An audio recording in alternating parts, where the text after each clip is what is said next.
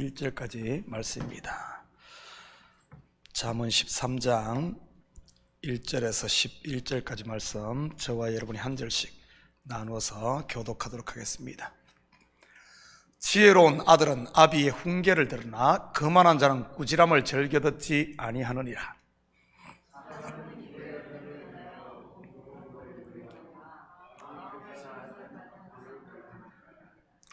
입을 지키는 자는 자기의 생명을 보전하나 입술을 크게 벌리는 자에게는 멸망이 오느니라.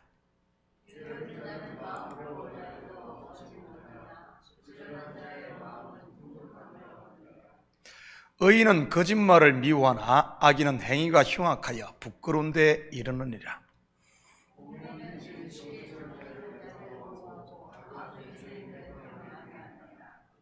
스스로 부한 체하여도 아무것도 없는 자가 있고 스스로 가난한 체하여도 재물이 많은 자가 있느니라.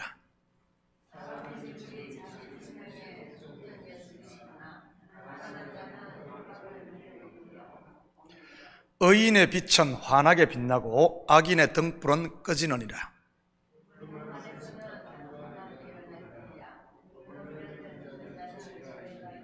함께 읽겠습니다.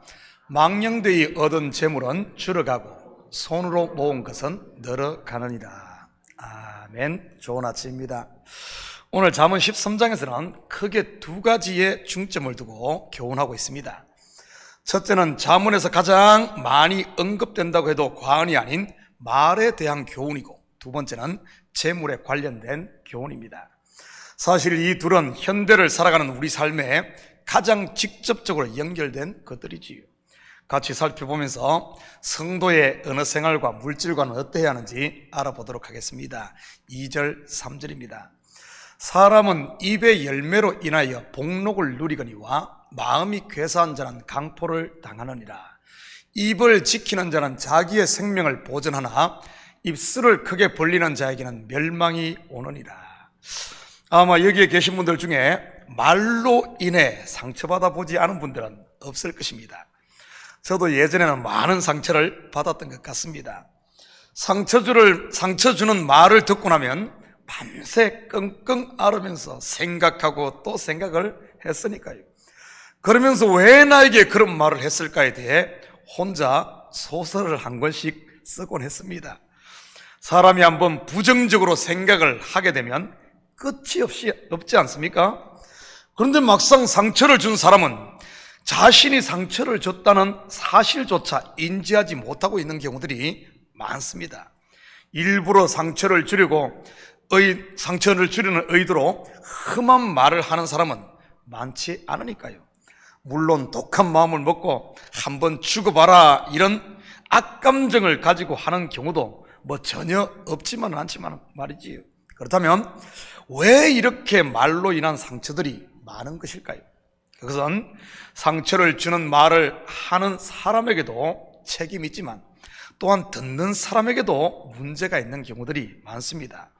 아무리 좋은 말을 해도 왜곡해서 듣는 경우들 말이지요. 예를 들어 누군가 농담으로 한 말을 농담으로 받지 못하고 진담으로 받으면 때로는 큰 시험에 들 수 있듯이 말이지.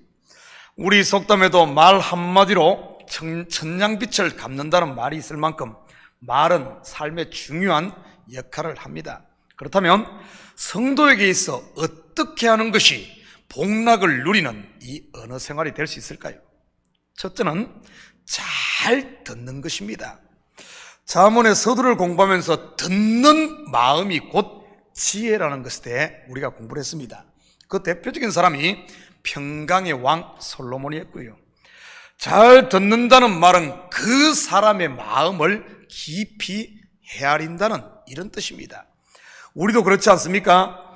누군가의 소리에 귀를 기울이다 보면 그 사람의 마음을 알 수 있는 것 말이지요. 그 사람 속에 은혜와 감사가 있는지 아니면 억울함과 분노가 있는지 말이지요. 목사의 설교도 마찬가지입니다. 설교를 잘 듣다 보면 목사 속에 예수가 있는지 아니면 세상의 것들만 가득 차 있는지 분별할 수가 있지요. 다시 말해 듣는 것 속에 답이 있다는 말입니다. 솔로몬이 그랬지 않습니까? 산 아들을 서로 자기의 아들이라고 주장하는 여인들의 소리에 귀를 기울이다 보니 그들의 의미에 마음까지 읽지 않습니까? 서로의 마음을 제대로 헤아리고 있을 때 그 사람의 말의 의도를 곡해하지 않고 바로 들을 수 있는 것이지요. 여러분의 귀는 듣는데 열려 있습니까? 혹시 남이 이야기할 때는 딴 생각하다가 자기가 말할 때만 침을 튀기며 말하진 않습니까? 쉐마 이스라엘, 들으라 이스라엘아, 잘 듣는 자가 복된 자인 줄 믿습니다. 두 번째는 선생의 자리 또는 재판관의 자리가 아닌 눈높이를 맞추는 것입니다. 여러분 꼭 기억하십시오. 언어 생활을 할 때, 말을 할 때는 그 사람이 어떤 사람이든 항상 내가 비록 저보다 믿음이 좋고 저보다 많이 배웠다 할지라도 언제나 눈높이를 맞추는 것이 중요합니다. 예수님은 분명 제자들에게 너희는 선생이 되지 말라고 했는데 사실 알고 보면 성도들일수록 다들 선생이 되려고 하지 않습니까? 제가 전에 우스갯소리처럼 말했지만 제자 훈련 받는 게 제자가 되려고 하는 것이 아니라 선생이 되려고 한다고 했듯이 말이지요.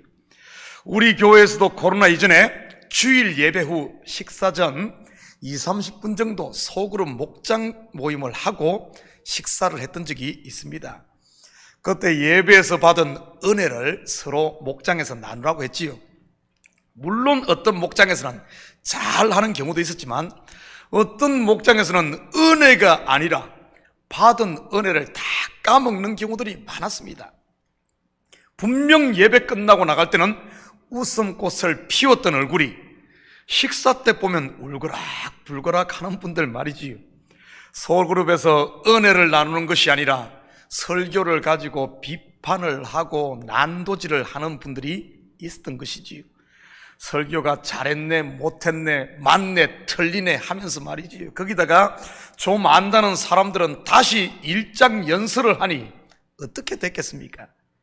말도 안 되는 세상의 개똥철학을 가지고 말이지요. 그러니 은혜 받았던 성도들이 그런 소리를 다시 들으려고 하니 얼마나 괴로웠겠습니까?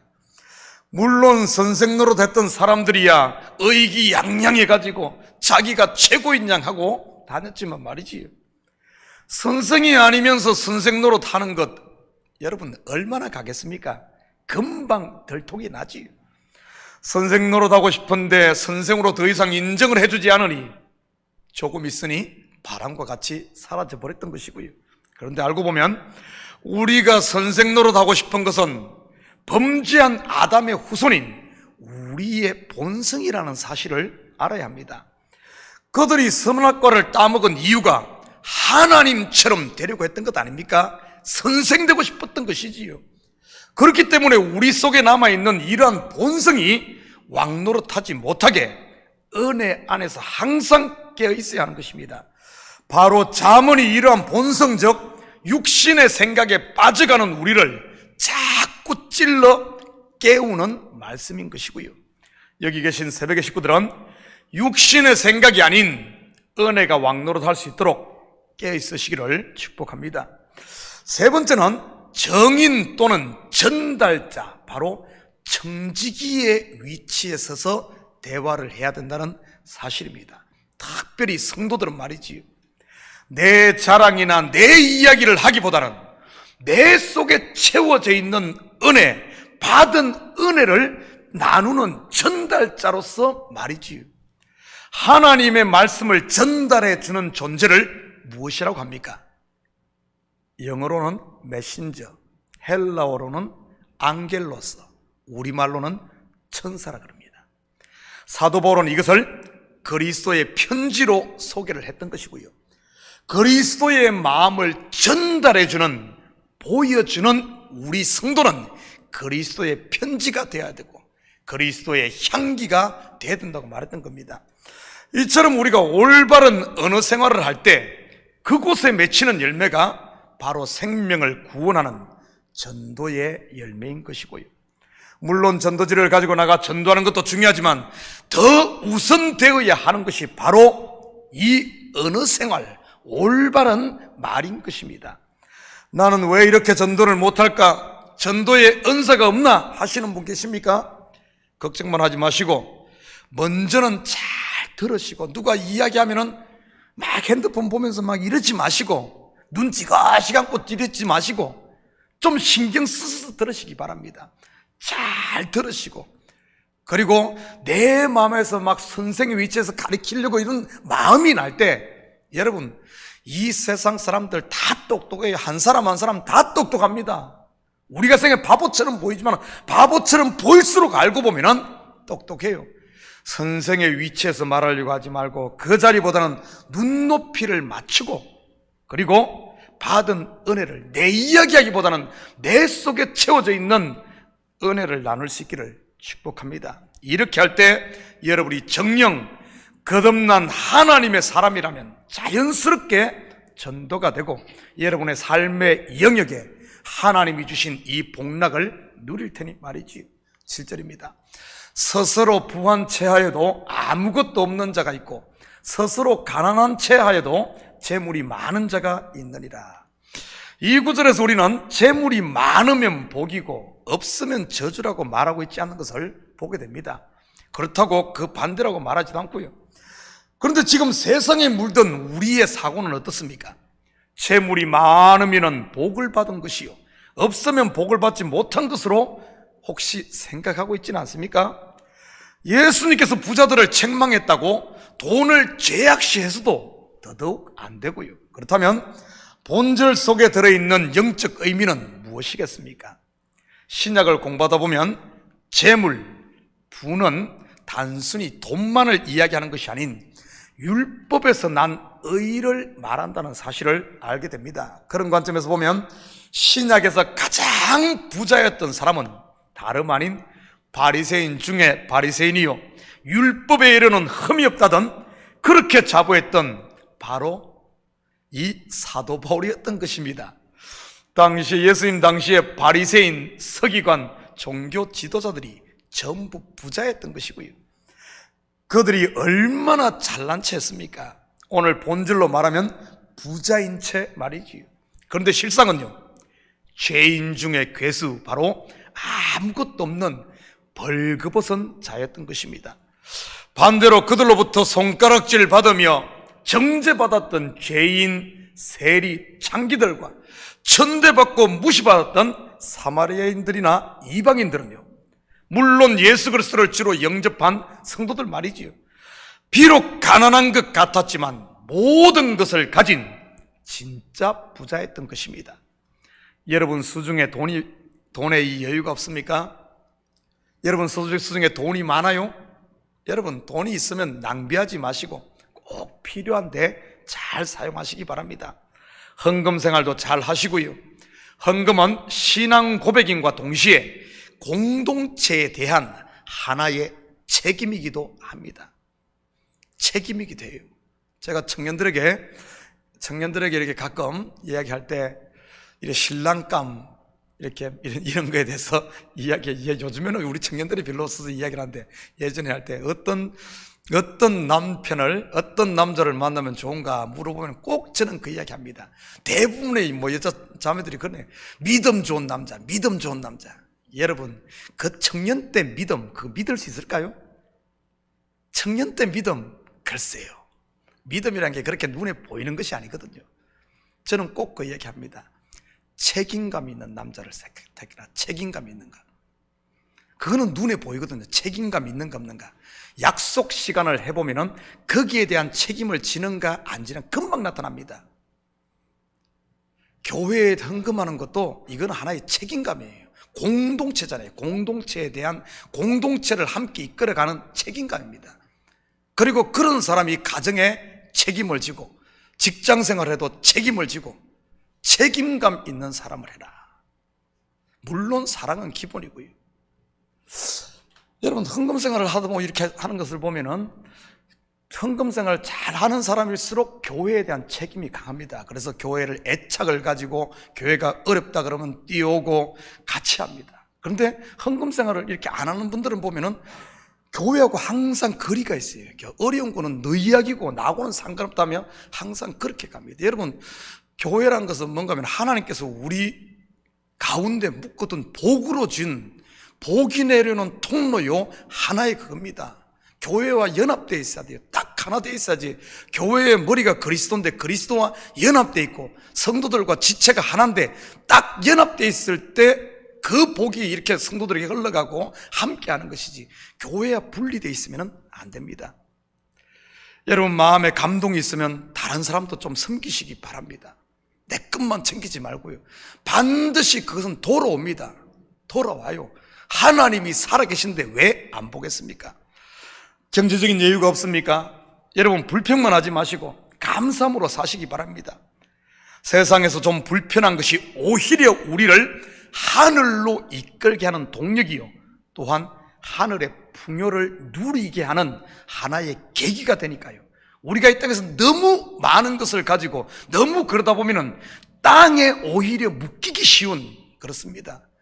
좀 없는 것도 성도에게는 하나의 복입니다.